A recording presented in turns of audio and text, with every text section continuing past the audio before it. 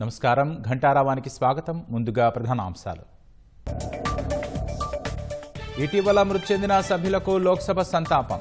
10 బిల్లుల ఆమోదానికి ప్రభుత్వం కసరత్తు. ఎస్ఐఆర్పై చర్చకు విపక్షాల పట్టు. సిపి రాధాకృష్ణన్ వ్యక్తిత్వం, సహనం మనందరికీ ఆదర్శమన్న ప్రధాని. క్రియాశీలక చర్చలు జరిగితేనే చట్టసభలకు సార్థకత అవుతుందని వెల్లడి.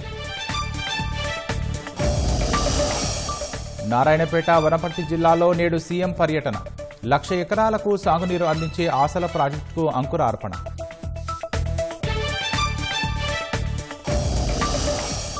నైరుతి బంగాళాఖాతంలో తీవ్ర వాయుగుండంగా కొనసాగుతున్న దిత్వా. రేపటి వరకు మత్స్యకారులు వేటకు వెళ్లవద్దన్న విపత్తుల నిర్వహణ సంస్థ. వైట్ కాలర్ ఉగ్రవాద మ్యాడ్యూల్ కేసులో ఎన్ఐఏ తనిఖీలు.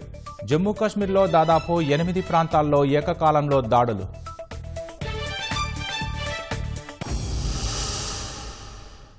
నారాయణపేట, వనపర్తి జిల్లాలోని మక్తల్, ఆత్మకూరు మున్సిపాలిటీలలో ముఖ్యమంత్రి రేవంత్ రెడ్డి నేడు పర్యటించనున్నారు. ఈ సందర్భంగా 5,000 కోట్లతో నిర్మించనున్న నారాయణపేట, మక్తల్, కొడంగల్ ఎత్తిపోతల నిర్మాణానికి శంకుస్థాపన చేయనున్నారు. 1,00,000 ఎకరాలకు సాగునీరు అందించే ఆసల ప్రాజెక్టుకు అంకురార్పణ చేయనున్నారు. ఏళ్లుగా ఎదురుచూస్తున్న జూరాల ప్రాజెక్టు దిగువన కృష్ణానదిపై వంతెన నిర్మాణానికి సీఎం శంకుస్థాపన చేయనున్నారు. వనపర్తి జిల్లా ఆత్మకూరులో 50 పడకల సిహెచ్సిని ప్రారంభించనున్నారు. మక్తల్, ఆత్మకూరు పరిధిలో దాదాపు 1,000 కోట్లతో చేపట్టనున్న పలు అభివృద్ధి కార్యక్రమాలకు శ్రీకారం చుట్టనున్నారు. మంత్రి వాకటి శ్రీహరి ముఖ్యమంత్రి పర్యటన ఏర్పాట్లు పర్యవేక్షిస్తున్నారు. CM Revanth Reddy football practice చేస్తున్నారు. ఈ నెల 13న ఉప్పల్ స్టేడియంలో అర్జెంటీనా ఫుట్బాల్ క్రీడాకారుడు మెస్సీ టీంతో రేవంత్ రెడ్డి బృందం ఫుట్బాల్ మ్యాచ్ ఆడనుంది. గోట్ టూర్ భాగంలో ఈ నెల 13న హైదరాబాద్కు వస్తున్న మెస్సీతో సీఎం రేవంత్ రెడ్డి ఫుట్బాల్ మ్యాచ్లో తలపడనున్నారు. దీనికోసం రేవంత్ ఆదివారం రాత్రి తన టీంతో కలిసి ఫుట్బాల్ ప్రాక్టీస్ చేశారు. Messi greatest of all time అనే థీమ్తో దేశంలోని వివిధ ప్రాంతాలను పర్యటిస్తున్నారు. ఇందులో భాగంగా ఫుట్బాల్ సంబంధిత కార్యక్రమాల్లో పాల్గొంటారు. పలువురు సెలబ్రిటీలతో ప్రాక్టీస్ మ్యాచ్లు కూడా ఆడనున్నారు. కామారెడ్డి పట్టణంలో అక్రమ కట్టడాలను పురపాలక అధికారులు కూల్చివేశారు. స్థానిక వీక్లీ మార్కెట్ రోడ్లోని అక్రమ కట్టడాలను రెవెన్యూ అధికారులు పోలీసుల సమక్షంలో తొలగించారు. రహదారిని ఆక్రమించి కట్టిన కల్లు దుకాణం, ఇసుక కుప్పల కోసం వేసిన రేకుల షెడ్డును జేసీబీ సహాయంతో తీసేశారు. కనీసం నోటీసులు కూడా ఇవ్వకుండా దుకాణాలను తొలగిస్తున్నారని స్థానికులు ఆందోళనకు దిగారు. ఈ స్థలంలో గతం 20 ఏళ్లుగా నివసిస్తున్నామని వాపోయారు. మున్సిపల్ భూమిలో ఉన్న దుకాణాలను కాకుండా పక్కన ఉన్న తమ దుకాణాలను తొలగించారని స్థానికులు ఆరోపిస్తున్నారు. వెంటనే అధికారులు స్పందించి తమను ఆదుకోవాలని కోరుతున్నారు. కొనుక్కొని షెడ్ వేసుకున్నాము, షాప్ నడిపిస్తున్నాము, 20 ఏళ్ల నుంచి నడిపిస్తున్నాము. ఈ సర్వే చేసినామని చెప్పి ఎలాంటి సర్వే నోటీస్ ఇవ్వకుండా, అయినప్పటికీ వాళ్ళు చేసిన మార్కింగ్ కాకుండా వాళ్ళు సగానికి చేసిరు మార్కింగ్, మొత్తం షాప్ తీసేసిరు. ఇప్పుడు ఈ నష్టాన్ని ఒక 56 లక్షల నష్టం జరిగింది. ఇప్పుడు ఈ నష్టానికి ఎవరు బాధ్యులు? టీపీఓనా, మున్సిపల్ ఆఫీసరా, ఎమ్మెల్యేనా? ఎవరిస్తారు మాకు? ఇప్పుడు మేము చాలా పేద ఫ్యామిలీలు ఉంటాయి మా సంస్థ. 140 మంది దీని మీద ఒక 500-600 మంది ఆధారపడి జీవిస్తున్నాము. మరి వీళ్ళ పరిస్థితి ఏం కావాలి ఇప్పుడు? ఇది గత 70 సంవత్సరాల నుండి కూడా మేము కబ్జాలో ఉన్నాము. ఎలాంటి ఇంటిమేషన్ లేకుండా ఆల్రెడీ దీనికి హైకోర్టు స్టే ఉన్నది. స్టే కూడా ధిక్కరించేసి అధికారులు డిస్పెండ్ చేయడం జరిగింది.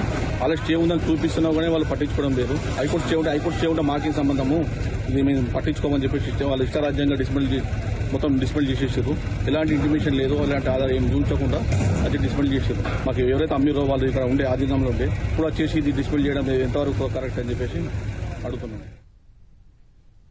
హైదరాబాద్ కాచిగూడ పోలీస్ స్టేషన్ పరిధిలో అంబర్పేట ఫ్లైఓవర్ పై నుంచి పడి ఓ వ్యక్తి మృతి చెందాడు. ద్విచక్ర వాహనంపై వెళుతూ వంతెనపై నుంచి కింద పడి అక్కడికక్కడే దుర్మరణం పాలయ్యాడు.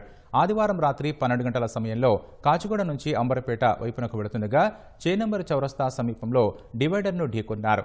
మృతుడు మహారాష్ట్ర పూణేకి చెందిన సాఫ్ట్వేర్ ఇంజనీర్ శిరీష్గా పోలీసులు గుర్తించారు. అతని హెల్మెట్ పక్కకు పడిపోవడంతో తలకు తీవ్ర గాయాలై అక్కడికక్కడే మృతి చెందినట్లు నిర్ధారించారు.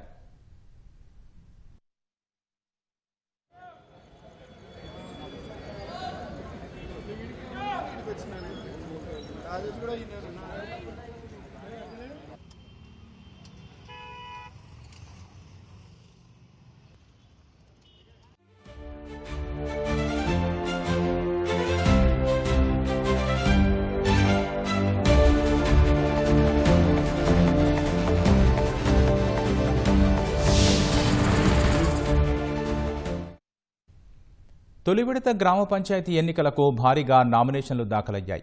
పలు పంచాయతీలలో సర్పంచ్ పదవికి తీవ్ర పోటీ నెలకొంది.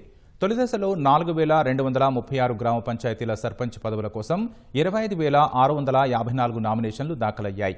ఇందులో 17,940 నామినేషన్లు చివరి 2 రోజుల్లో దాఖలయ్యాయి. తొలిదశ ఎన్నికల్లో సగటున ఒక్కో గ్రామ పంచాయతీలో 6 పోటీ పడుతున్నారు.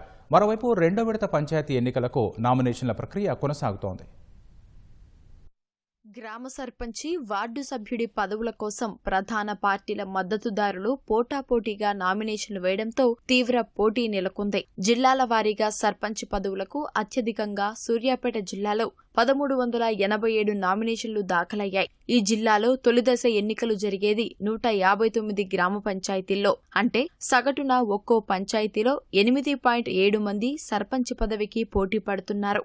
పెద్దపల్లి జిల్లాలో 99 సర్పంచ్ పదవులకు 822 నామినేషన్లు వచ్చాయి. అంటే సగటున 8.3 మంది ఉన్నారు.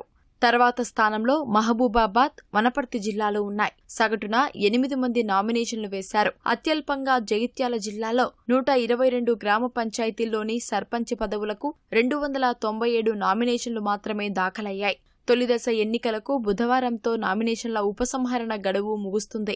ఈ ప్రక్రియ ముగిసిన తర్వాత బరిలో ఉండే వారెందరో పూర్తి స్పష్టత వస్తుంది.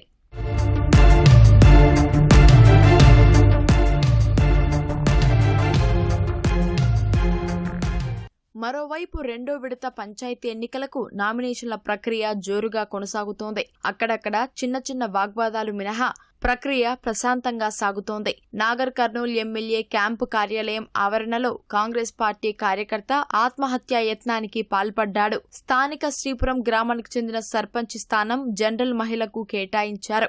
ఈ స్థానానికి కాంగ్రెస్ పార్టీ సీనియర్ కార్యకర్త ఓసీ వర్గానికి చెందిన ఒకరు తన భార్యను నిలబెట్టేందుకు సిద్ధపడ్డారు. అలాగే బీసీ వర్గానికి చెందిన మరో సీనియర్ కార్యకర్త బంగారయ్య తన భార్యను పోటీ చేయించేందుకు ఏర్పాట్లు చేసుకున్నారు. పార్టీ నుంచి మద్దతు లభించడం లేదని మనస్తాపానికి గురైన బంగారయ్య ఎమ్మెల్యే క్యాంపు కార్యాలయం వద్ద పురుగుల మందు తాగి ఆత్మహత్యాయత్నానికి పాల్పడ్డాడు. వెంటనే గమనించిన స్థానికులు ఆయనను హుటాహుటిన నాగర్ కర్నూల్ ఏరియా ఆసుపత్రికి తరలించారు.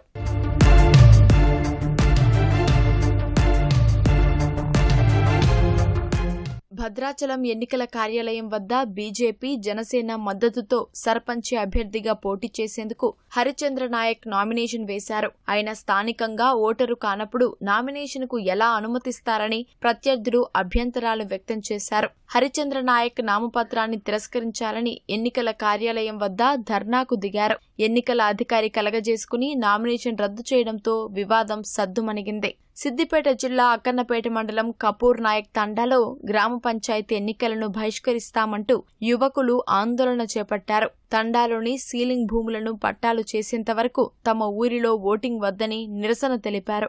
తండ ఉంది, బాలనాయక తండ, పూసల తండ, శ్రీరామ్ తండ, తుక్కి తండ. ఈ తండాల కింద మేము సాగు చేసుకున్న భూములకు మాకు పెళ్లిళ్ళు గానీ ఏది అయినా గానీ మీ ఒక్క 10 గుంటలు అమ్ముకుంటా అంటే కూడా రిజిస్ట్రేషన్ అయితే కొనుగోలు 5 లక్షలకు 6 లక్షలకే అడుగుతారు ఎకరం. భూభారతి కింద కూడా అప్పుడు కూడా ఎమ్మెల్యే పిఏ గారు కూడా వచ్చారు. వచ్చి మీకు మీ పరిష్కారం చేస్తాం, మీరు తీర్మానం చేస్తాం అసెంబ్లీలో అని మాట్లాడి మాకు ఒప్పించి ఆయనతో పోయింది. ఇవాళ గది లేదు. మళ్ళీ ఇప్పుడు సర్పంచ్ ఎన్నికలు వస్తున్నాయి. అసలే నామినేషన్ వేయం, మా భూములు పట్టరాయలాగా అని మా తండోళ్ళు అందరూ కలిసి మేము ఈ ధర్నాలో పాల్గొనడం జరిగింది. కాబట్టి మాకు వెంటనే మా భూములు మాకు రిజిస్ట్రేషన్ కావాలి, అప్పుడే మేము నామినేషన్ ఎత్తాం. యాదాద్రి భువనగిరి జిల్లా ఆత్మకూరు మండలం ఉప్పలపహాడ్ గ్రామ సర్పంచి, వార్డు మెంబర్లను ఏకగ్రీవంగా ఎన్నుకున్నారు. గ్రామాన్ని అభివృద్ధి పథంలో నడిపేందుకు గ్రామస్తులంతా ఒక్కటై ఏకగ్రీవ తీర్మానం చేసుకున్నారు. రెండో విడత నామినేషన్లో భాగంగా సమస్యాత్మక పోలింగ్ స్టేషన్లను అధికారులు ప్రత్యక్షంగా పర్యవేక్షిస్తున్నారు. సమస్యాత్మక కేంద్రాల్లో భద్రతా ఏర్పాట్లను పరిశీలిస్తున్నారు. ఎన్నికల ప్రక్రియ సాఫీగా సాగేందుకు అవసరమైన చర్యలు తీసుకోవాలని పోలీసులను ఆదేశించారు.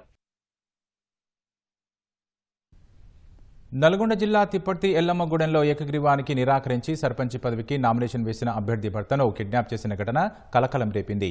కాంగ్రెస్ మద్దతుతో ఉట్కూరి సందీప్ రెడ్డి భార్య వాణి నామినేషన్ వేసి ఏకగ్రీవానికి ప్రయత్నించారు.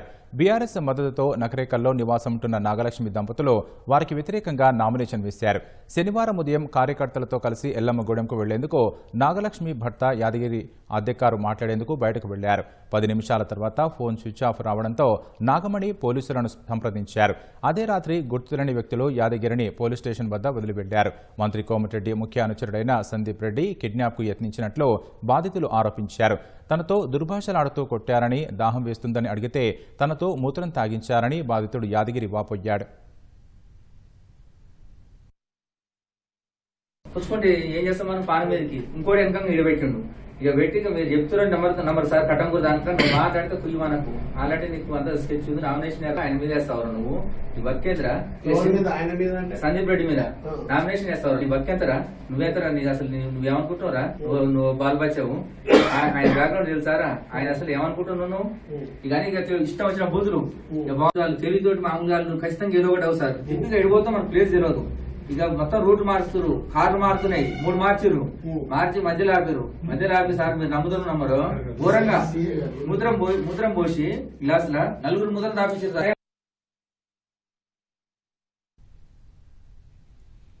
వరుస ఓటములతో తీవ్ర నిరాశలో కూరుకుపోయిన ప్రతిపక్షాలు తమ అక్కసును వెళ్లగక్కడానికి పార్లమెంటును ఉపయోగించుకుంటున్నాయని ప్రధాని నరేంద్ర మోదీ ఆరోపించారు. శీతాకాల సమావేశాలు ప్రారంభానికి ముందు పార్లమెంటు ఆవరణలో మాట్లాడిన మోదీ సభా సమయాల్లో డ్రామాలు వద్దని, చట్టసభల్లో చర్చలు తప్పనిసరని హితవు పలికారు. దేశాభివృద్ధి కోసం ప్రతిపక్షాలు ప్రభుత్వంతో కలిసి రావాలని సూచించారు.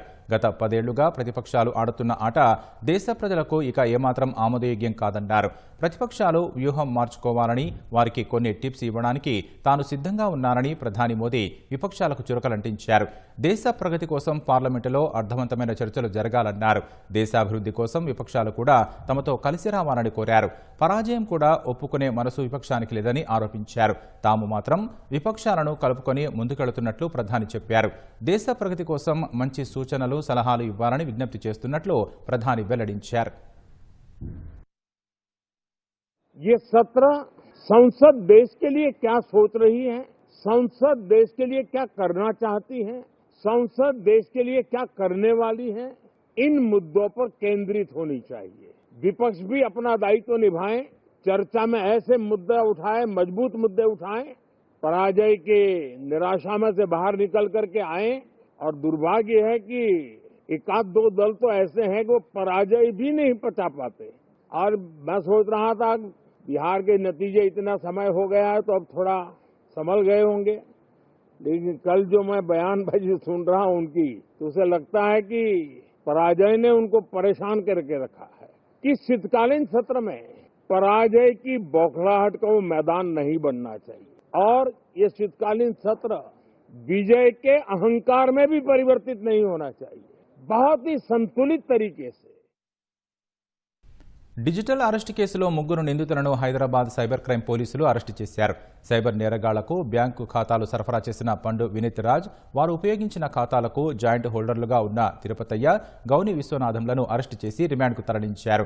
3 నిందితులు ఉమ్మడి మహబూబ్నగర్ జిల్లా వాసులు కాగా, పరారీలో ఉన్న ప్రధాన నిందితుడు సందీప్ అలియాస్ అలెక్స్ కోసం పోలీసులు గాలిస్తున్నారు.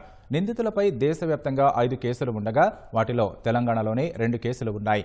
హైదరాబాద్కు చెందిన హనుమంతరావు అనే వృద్ధుడికి ఫోన్ చేసిన సైబర్ నేరగాళ్లు మీ ఆధార్ దుర్వినియోగం కావడంతో ముంబైలో కేసు నమోదైందంటూ బెదిరించారు. ఆ తర్వాత వీడియో కాల్ చేసి సిబిఐ అధికారుల యూనిఫామ్ వేసుకుని భయభ్రాంతులకు గురిచేశారు. బాధితుడి నుంచి విడతల వారీగా ₹1,92,50,070 వివిధ బ్యాంకు ఖాతాలకు బదిలీ చేయించుకున్నారు. ఆ తర్వాత బాధితుడు పోలీసులకు ఫిర్యాదు చేయడంతో కేసు నమోదు చేసి దర్యాప్తు చేపట్టారు. హైదరాబాద్లోనే ఉన్న 3 నిందితుల్ని అరెస్టు చేశారు.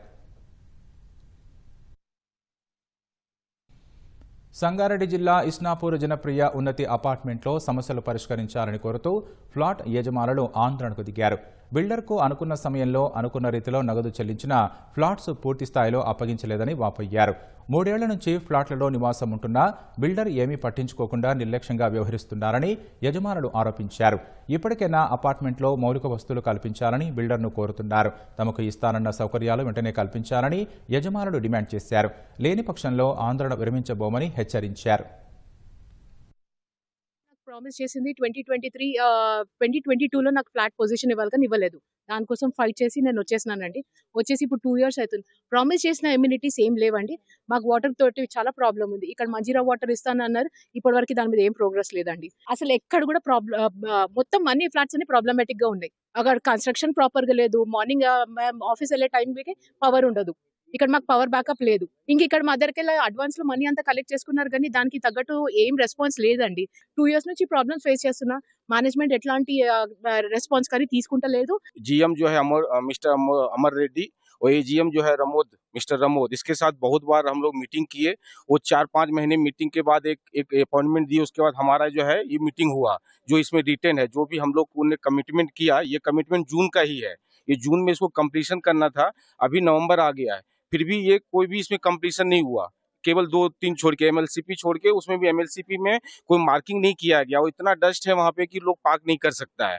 दूसरी बात, वाटर सॉफ्टनर जो लगाया गया है वो भी उसको भी मेंटेनेंस नहीं कर रहे. अभी भी जो हार्डनेस है वाटर में बहुत ज्यादा है. अभी भी अगर आप हार्डनेस वहाँ मेजर करोगे तो 1500 ppm आ रहा है. मतलब जो पीने लायक नहीं है, वो वाटर जो वाटर क्वालिटी है वो पीने लायक नहीं है. ఎయిడ్స్ చాప కింద నీరులా విస్తరిస్తున్న ప్రమాదకరమైన వ్యాధి అని రాష్ట్ర SAARC joint director doctor Anuradha తెలిపారు. తగిన అవగాహన ఉంటే దాన్ని నియంత్రించవచ్చని పేర్కొన్నారు. ప్రపంచ ఎయిడ్స్ డే సందర్భంగా హైదరాబాద్ కామినేని ఆసుపత్రిలో నిర్వహించిన అవగాహన కార్యక్రమంలో ఆమె పాల్గొన్నారు. దేశంలో 24 లక్షల మంది, తెలంగాణలో 1,40,000 మంది ఎయిడ్స్ బాధితులు ఉన్నారని ఆమె వెల్లడించారు.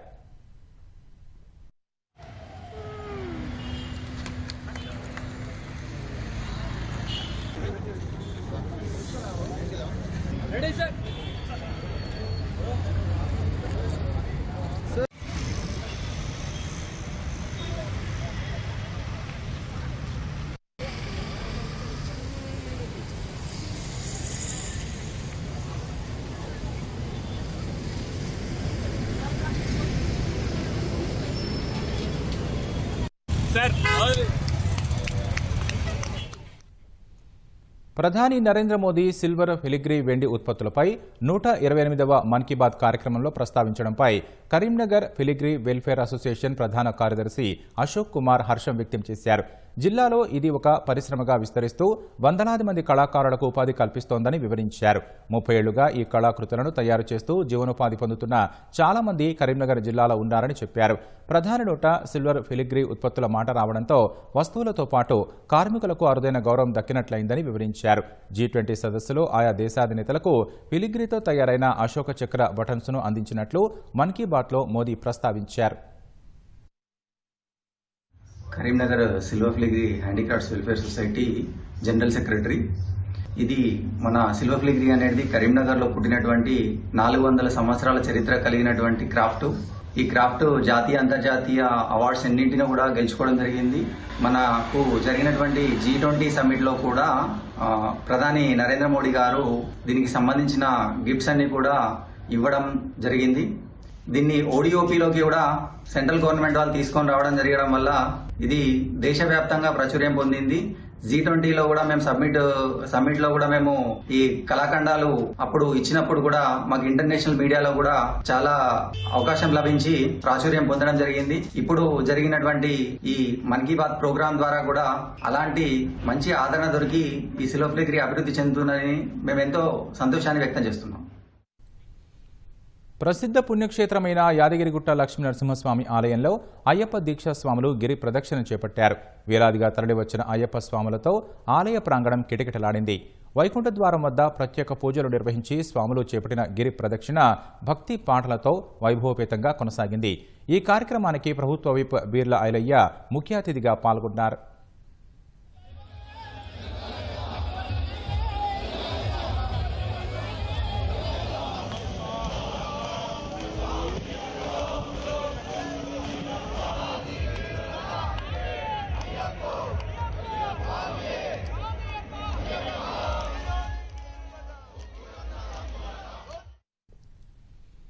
మేళతాళాలు, వేద మంత్రోచ్చరణలు, భక్తుల కోలాహలం, ఆధ్యాత్మిక శోభ నడుమ భద్రాచలం శ్రీ సీతారామచంద్రస్వామి వారి కళ్యాణ మహోత్సవం భాగ్యనగరంలో కనుల పండుగగా జరిగింది. హైదరాబాద్ హరిహర ఫౌండేషన్ ఆధ్వర్యంలో రవీంద్రభారతి వేదికపై ఈ కళ్యాణ మహోత్సవం ఘనంగా జరిగింది. భారీగా వచ్చిన భక్తుల కోలాహలం నడుమ భద్రాచలం దేవస్థానం అర్చక బృందం వేద మంత్రోచ్చరణల మధ్య ఘనంగా నిర్వహించారు. భద్రాద్రి దివ్యక్షేత్రంలో సీతారాముల కళ్యాణం ఏ విధంగా నిర్వహిస్తారో అదే మాదిరిగా రవీంద్ర భారతిలో నిర్వహించారు. ముల్లోకాలు మురిసే విధంగా మూడుముళ్ల బంధానికి నిదర్శనంగా మాంగళ్య ధారణ జరిగింది. సీతారామచంద్రుడు ఒక్కటైన వేళ భక్తుల మది ఆనంద డోలికల్లో తేలియాడింది. లోక కళ్యాణార్థం సీతారాముల కళ్యాణం నగరంలో నిర్వహించినట్లు ఫౌండేషన్ అధ్యక్షుడు శ్రీనివాస్ తెలిపారు.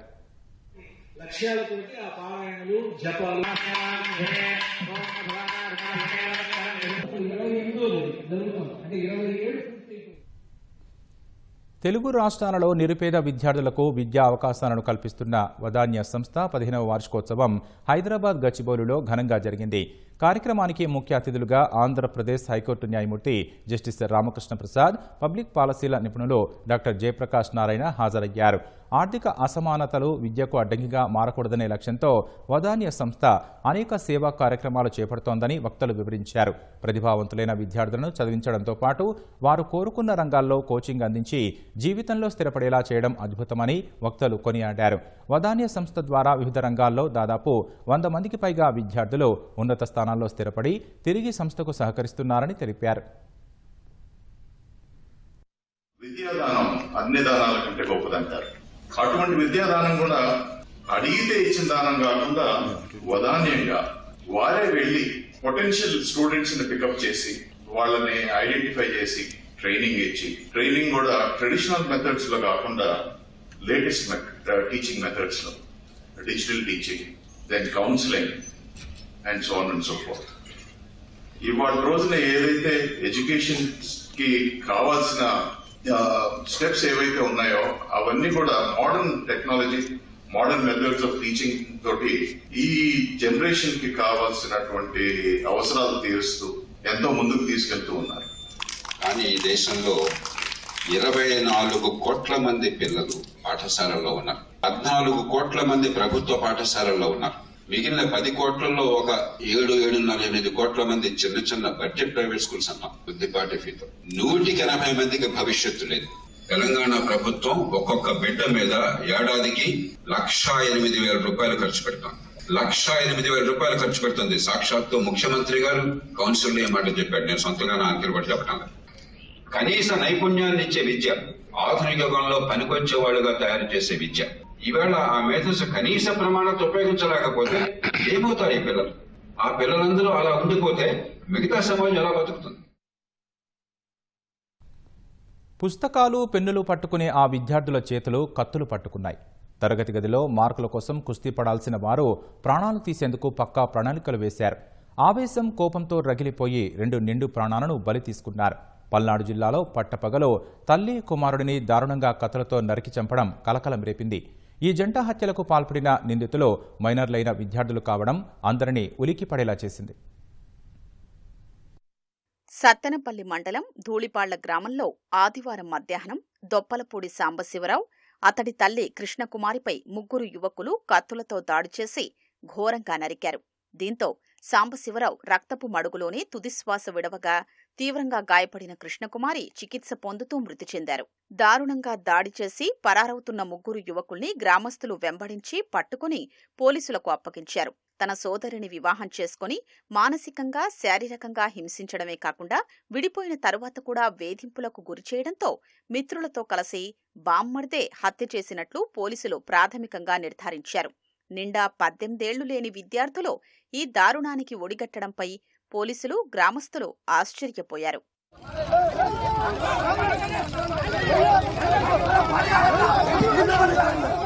సాంబశివరావుకు నాదెండ్ల మండలంలోని గణపవరం గ్రామానికి చెందిన సాహితీతో 3 ఏళ్ల క్రితం వివాహమైందని పోలీసులు తెలిపారు. పిల్లలు పుట్టడం లేదని భర్త, అత్తింటివారు నిత్యం వేధించేవారన్నారు. అక్క ఇంటికొచ్చినప్పుడల్లా ఏడుస్తూ కనిపించడం, శరీరంపై సిగరెట్తో కాల్చిన గాయాలు ఉండడంతో పాటు భర్త, అత్తమామలు వేధిస్తున్నారని కుటుంబ సభ్యులకు చెప్పుకొని ఆమె బాధపడడం చూసి బావపై బామ్మర్ది కోపం పెంచుకున్నట్లు పోలీసులు తెలిపారు.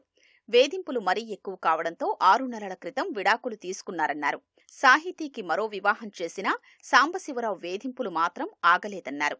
రకరకాలుగా వేధిస్తుండటంతో పాలిటెక్నిక్ చదువుతున్న బావమరిది కక్ష పెంచుకున్నాడని, సాంబశివరావును హత్య చెయ్యాలని పథకం రచన చేసినట్లు విచారణలో వెల్లడైందని పోలీసులు తెలిపారు.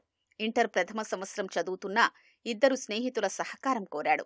ముగ్గురు కలిసి సాంబశివరావును చంపేందుకు సిద్ధమయ్యారు.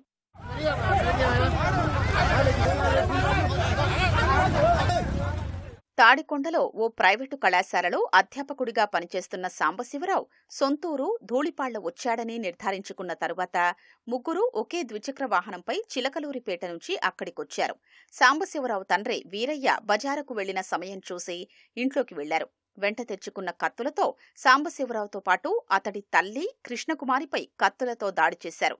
అరుపులతో ఇరుగు పొరుగు వారు రావడంతో సినీ ఫక్కీలో 2 గ్రామాల మీదుగా 5 కిలోమీటర్లకు పైనే మైనర్లు పరుగులు తీశారు. ధూళిపాళ్ల గ్రామస్తులు, పోలీసులు వారిని వెంటపడి పట్టుకున్నారు. వారు వెంట తెచ్చుకున్న మారణాయుధాలు, గ్లౌజులు, యాప్రాన్లు పోలీసులు స్వాధీనం చేసుకున్నారు. పెళ్లికి ముందు తన సోదరి చదువు ఆగిపోయిందని, విడాకుల తరువాత ఆగిపోయిన ఇంజనీరింగ్ చదువు పూర్తి చేస్తున్న సమయంలో అక్కను తిరిగి వేధిస్తున్నందువల్లే సాంబశివరావును అడ్డొచ్చిన అతడి తల్లిని చంపినట్లు ప్రాథమిక విచారణలో ప్రధాన నిందితుడు ఒప్పుకున్నట్లు పోలీసులు తెలిపారు. ఫిమా చట్టం ఉల్లంఘన కేసులో కేరళ సీఎం పినరయ్ విజయన్కు ఎన్ఫోర్స్మెంట్ డైరెక్టరేట్ ఈడీ నోటీసులు ఇచ్చింది. 2019లో మసాలా బ్యాన్ జారీలో విదేశీ మారకపు నిర్వహణ, ఫిమా చట్టాన్ని ఉల్లంఘించారనే ఆరోపణలపై ఈడీ నోటీసులు జారీ చేసింది. ముఖ్యమంత్రితో పాటు సీఎం వ్యక్తిగత కార్యదర్శి, కేరళ మాజీ ఆర్థిక శాఖ మంత్రి థామస్ ఐజాక్కు నోటీసులు ఇచ్చింది. వ్యక్తిగత హాజరు అవసరం లేని ఈ కేసులో 10 రోజుల క్రితమే ఈడీ నోటీసులు ఇచ్చినట్లు తెలిసింది. కేఐఐఎఫ్బి మసాలా బాండ్ల ద్వారా సమీకరించిన 2,000 కోట్ల రూపాయల వినియోగంలో ఫిమా నిబంధనలు ఉల్లంఘించి అవకతవకలకు జరిగినట్లు ఆరోపణలు ఉన్నాయి. ఢిల్లీలోని ఎర్రకోట సమీపంలో జరిగిన కారు పేలుడు ఘటనకు సంబంధించి వైట్ కాలర్ ఉగ్రవాద మాడ్యూల్ కేసులో జమ్మూ కాశ్మీర్లోని పలు ప్రాంతాల్లో జాతీయ దర్యాప్తు సంస్థ ఎన్ఐఏ తనిఖీలు చేపట్టింది. దాదాపు 8 ప్రాంతాల్లో ఏకకాలంలో దాడులు చేసింది. పుల్వామా, పోషియాన్, కుల్గాం జిల్లాల్లో సోదాలు నిర్వహించింది. వైట్ కాలర్ ఉగ్ర మాడ్యూల్ ప్రధాన సూత్రధారి మౌల్వీ ఇర్ఫాన్ అహ్మద్ వాగే నివాసంతో పాటు పలు అనుమానిత ప్రాంతాల్లో ఎన్ఐఏ బృందాలు సెర్చ్ చేశాయి. ఈ కేసుకు సంబంధించి ఇప్పటికే వాగేను పోలీసులు అరెస్టు చేసి విచారణ చేస్తున్నారు. ఉత్తరప్రదేశ్ సహా రన్పూర్లో అరెస్టైన డాక్టర్ అదిల్ అహ్మద్ రథర్ నివాసంలో కూడా ఎన్ఐఏ సోదాలు నిర్వహించింది. బీహార్ బక్సర్లోని ఎస్బీఐ ఏటీఎంలో దొంగతనం జరిగింది. శనివారం కొందరు దుండగులు ఏటీఎంను గ్యాస్ కట్టర్తో పగలగొట్టి అందులోని సుమారు 15 లక్షల నగదును ఎత్తుకెళ్లారు. ఏటీఎంలోని సీసీ కెమెరాలకు ప్లాస్టిక్ మూతలను అడ్డుగా పెట్టి ఈ దొంగతనం చేసినట్లు పోలీసులు వెల్లడించారు. ఈ ఘటనపై కేసు నమోదు చేసుకుని దర్యాప్తు చేస్తున్నట్లు వివరించారు. నిందితులను గుర్తించేందుకు ఏటీఎం పరిసరాల్లోని సీసీ కెమెరాలను పరిశీలిస్తున్నట్లు పోలీసులు తెలిపారు.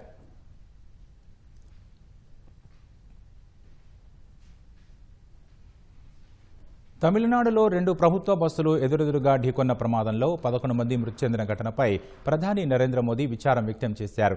ఈ ఘటన చాలా బాధాకరమని, మృతుల కుటుంబాలకు ప్రగాఢ సానుభూతి తెలిపారు. మృతుల కుటుంబాలకు పీఎంఎన్ఆర్ఎఫ్ ద్వారా 2 లక్షల రూపాయల చొప్పున పరిహారం ఇవ్వనున్నట్లు ప్రధానమంత్రి కార్యాలయం ప్రకటించింది.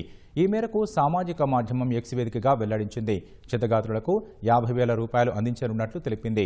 గాయపడిన వారు త్వరగా కోలుకోవాలని ప్రధాని ఆకాంక్షించారు. మరోవైపు మృతుల కుటుంబాలకు 3 లక్షల రూపాయలు ప్రకటించిన తమిళనాడు ప్రభుత్వం క్షతగాత్రులకు 1,00,000 రూపాయలు ఇవ్వనున్నట్లు పేర్కొంది. శివగంగా జిల్లా తిరుపత్తూరులో 2 ఆర్టీసీ బస్సులు ఢీకొని 8 మంది మహిళలు, ఒక చిన్నారి సహా మొత్తం 11 మంది ప్రాణాలు కోల్పోయారు. 54 మందికి పైగా ప్రయాణికులు గాయపడ్డారు.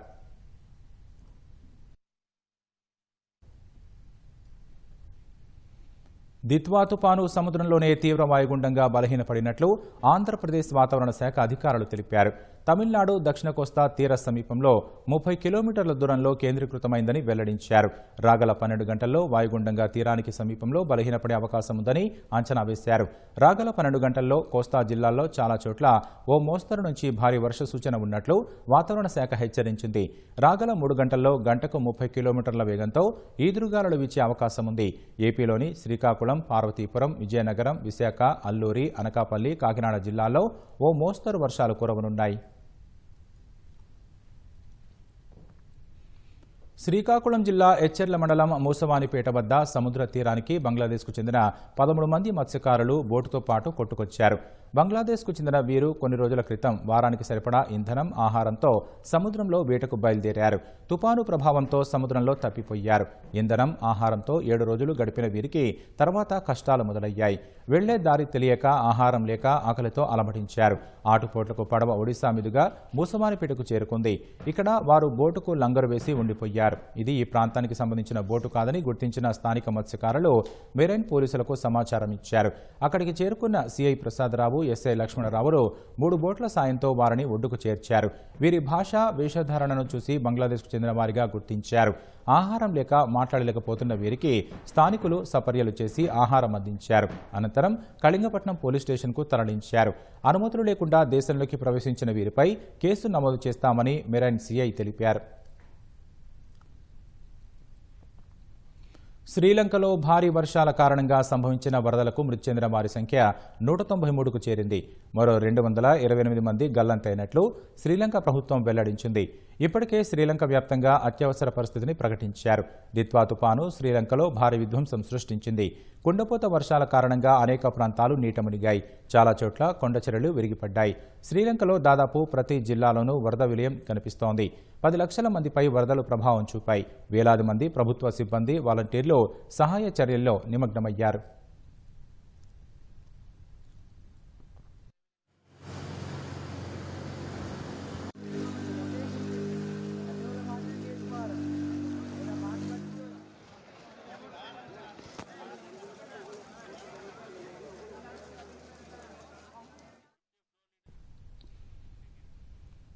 హిల్ట్ పాలసీ పేరుతో వేల కోట్ల కుంభకోణం జరుగుతోందని గవర్నర్కు బీజేపీ ప్రతినిధుల బృందం ఫిర్యాదు చేసింది. అనంతరం మీడియాతో మాట్లాడుతున్నారు. ప్రత్యక్ష ప్రసారం ద్వారా చూద్దాం. ల్యాండ్ ట్రాన్స్ఫర్మేషన్ ఏదైతే తీసుకొచ్చారో ఈ యొక్క జియోని భారతీయ జనతా పార్టీ వ్యతిరేకిస్తూ దీనివల్ల అనేక మందికి ఈరోజు నష్టం జరిగేటటువంటి అవకాశాలు ఉన్నాయి. అంతేకాకుండా ల్యాండ్ కన్వర్జన్స్ పేరు మీద హిల్ట్ అనేటటువంటి ఒక జియో ద్వారా హైదరాబాద్ నగరంలో ఉన్నటువంటి ఒక ఏవైతే ఇండస్ట్రీస్కు ఆ రోజు కేటాయించిన భూములు ఉన్నాయో అది రియల్ ఎస్టేట్లో ఒక సంస్థలకు దారాదత్తం చేసేటటువంటి ఒక ప్రయత్నం. దాదాపు 9,000 ఎకరాల పైగా ఈరోజు ఒక రియల్ ఎస్టేట్ కింద మార్చి లక్షలాది కోట్లాది రూపాయలు ఈరోజు ప్రభుత్వము అందులో కుంభకోణం జరిగేటటువంటి అవకాశాన్ని ఇవ్వడం జరుగుతూ ఉంది.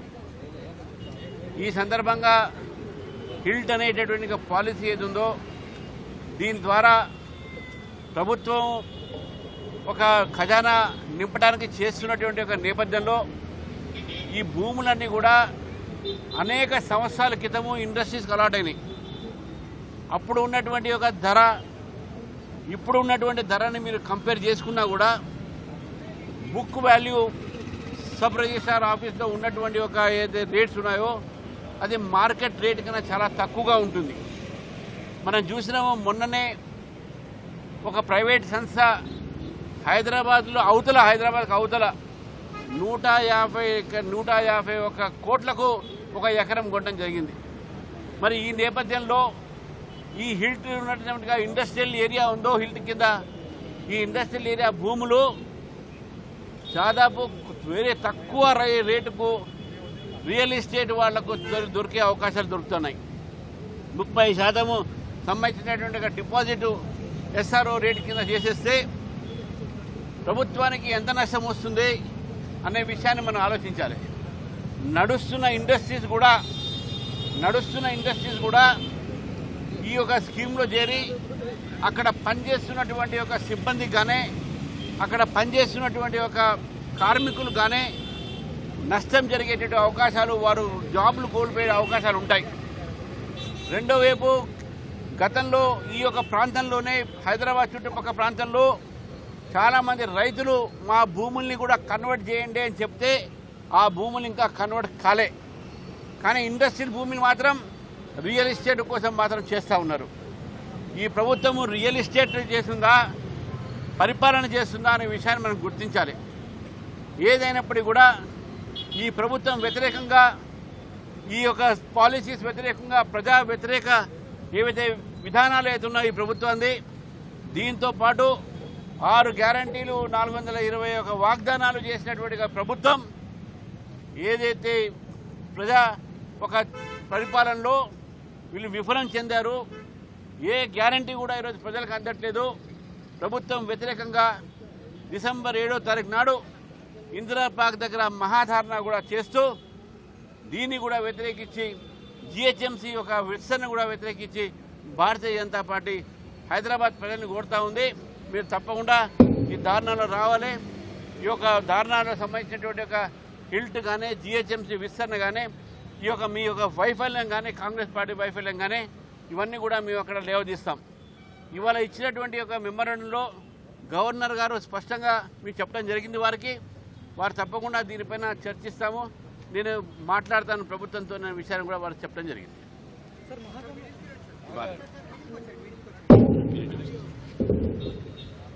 అందరికీ నమస్కారం.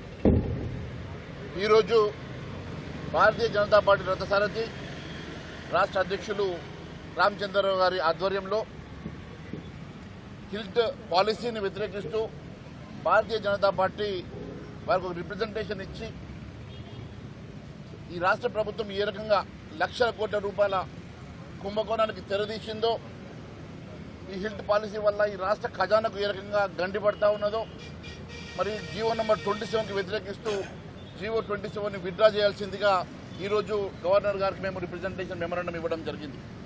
మరి తప్పకుండా ఇప్పుడు అధ్యక్షులు చెప్పినట్టుగా అనేకమైనటువంటి అవినీతి అంశాలు, 6 గ్యారంటీలు, 420 హామీలకు నెరవేర్చిన పక్షంలో 2 సంవత్సరాలు ఈ ప్రభుత్వం పాలన పూర్తి చేసుకున్న సందర్భంగా ఇచ్చినటువంటి ఏ ఒక్క హామీ నెరవేర్చిన ఈ ప్రభుత్వ విధానాలకు వ్యతిరేకంగా, అనేక కుంభకోణాలకు వ్యతిరేకంగా, ముఖ్యంగా హిల్ట్ పాలసీకి వ్యతిరేకంగా, జిహెచ్ఎంసీ పరిధిని మరి పెంచుతూ తీసుకొచ్చినటువంటి జీవోకు వ్యతిరేకంగా, అనేకమైనటువంటి కుంభకోణాలకు వ్యతిరేకంగా మరి ఈ నెల 7వ తారీఖు రోజు వారి ఆధ్వర్యంలో జరిగేటువంటి పెద్ద ఎత్తున నిరసన దీక్షలో అందరూ పాల్గొనాల్సిందిగా కోరుకుంటూ, మరి తప్పకుండా భారతీయ జనతా పార్టీ ఈ ప్రభుత్వ విధానాలకు వ్యతిరేకంగా పోరాటం చేస్తుందని చెప్పి మరొకసారి తెలియజేసుకుంటూ ధన్యవాదాలు తెలియజేస్తా ఉన్నాను.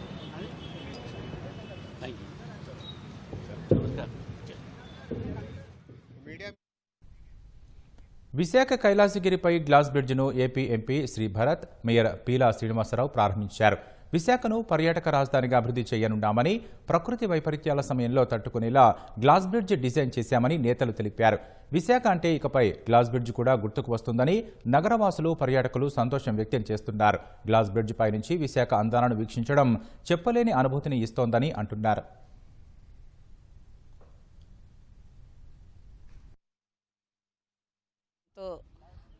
చాలా సంతోషంగా ఇస్తారండి. ఎందుకంటే ఎక్కడో మన విదేశాల్లోని, యూరప్లో ఎక్కడో మనం వెళ్ళి చూడవలసి ఉంటుంది. కానీ అలా కాకుండా ఎవరు వచ్చినా సరే ఇక్కడ ఒక సుందరవనం అని ఎప్పుడో పేరుంది విశాఖ అంటే. అలాగా అందులో ఇది ఒక భాగం కైలాసగిరి కొండపైన.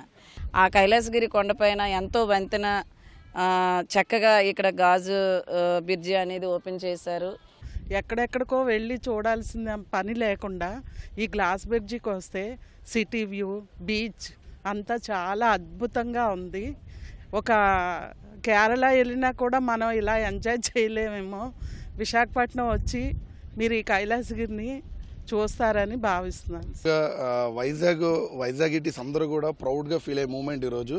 ఎప్పుడప్పుడు ఆయన ఎదురు చూస్తున్నటువంటి గ్లాస్ బ్రిడ్జ్ ఈరోజు మన కైలాసగిరి ఏదైతే కైలాసగిరిలో మనకి అందుబాటులోకి వచ్చింది. ఈరోజు వైజాగ్ ప్రజలందరూ కూడా ఇప్పటిదాకా వైజాగ్ ఆర్కే బీచ్ కానీ, లేదా మనకి రుషికొండ కానీ, అలాగే కొన్ని ప్రాముఖ్యత ప్లేసెస్ని చూశారు. కానీ ఇప్పుడు అంటే వైజాగ్ విజిట్ చేసే వాళ్ళే కాకుండా వైజాగ్లో ఉన్న వాళ్ళు కూడా కైలాసగిరి వస్తే తప్పకుండా ఈ యొక్క గ్లాస్ బ్రిడ్జ్ విజిట్ చేయడం మట్టుగా మిస్ అవ్వద్దు. ఎందుకంటే ఈ గ్లాస్ బ్రిడ్జ్ కానీ విజిట్ చేస్తే ఇక్కడ ఉన్నటువంటి అనుభూతి కానీ, ఎందుకంటే ఈ గ్లాస్ బ్రిడ్జ్ మీద నడుచుకుంటూ వస్తున్నప్పుడు మనకి మన కాలు కింద అంటే సముద్రం మన కాలు కింద ఉందా, లేదా మనం ఒక కొండ శిఖరాల పైన అంటే ఎంతో ఎత్తైన శిఖరాల మీద మనం నడుస్తున్నామన్న థ్రిల్లింగ్ అడ్వెంచర్ ఫీలింగ్ అయితే ఈ గ్లాస్ బ్రిడ్జ్ మీద వస్తుంది.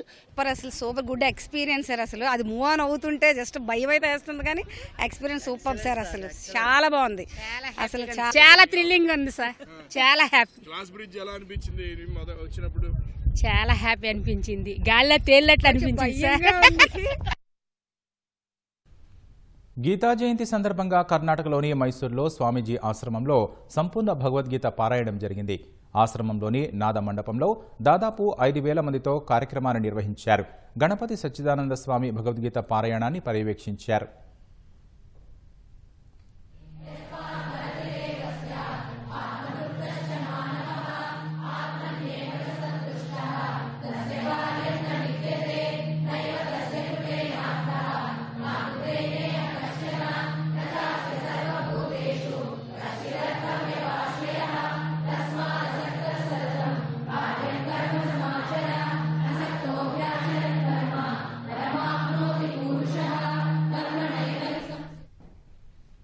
టెస్లా సీఈఓ ఎలాన్ మస్క్ తన కుటుంబం గురించి ఆసక్తికర విషయాలు వెల్లడించారు.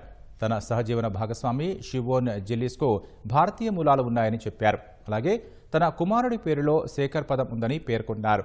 జిరోదా సహ వ్యవస్థాపకుడు నిఖిల్ కామత్ పాడ్కాస్టులో మాట్లాడిన మస్క్ తన వ్యక్తిగత జీవితం గురించి పంచుకున్నారు. సివోన్ జెలీస్కు భారతీయ మూలాలు ఉన్నాయని, ఆమెను చిన్న వయసులో దత్తతకు ఇవ్వగా కెనడాలో పెరిగిందని మస్క్ వివరించారు.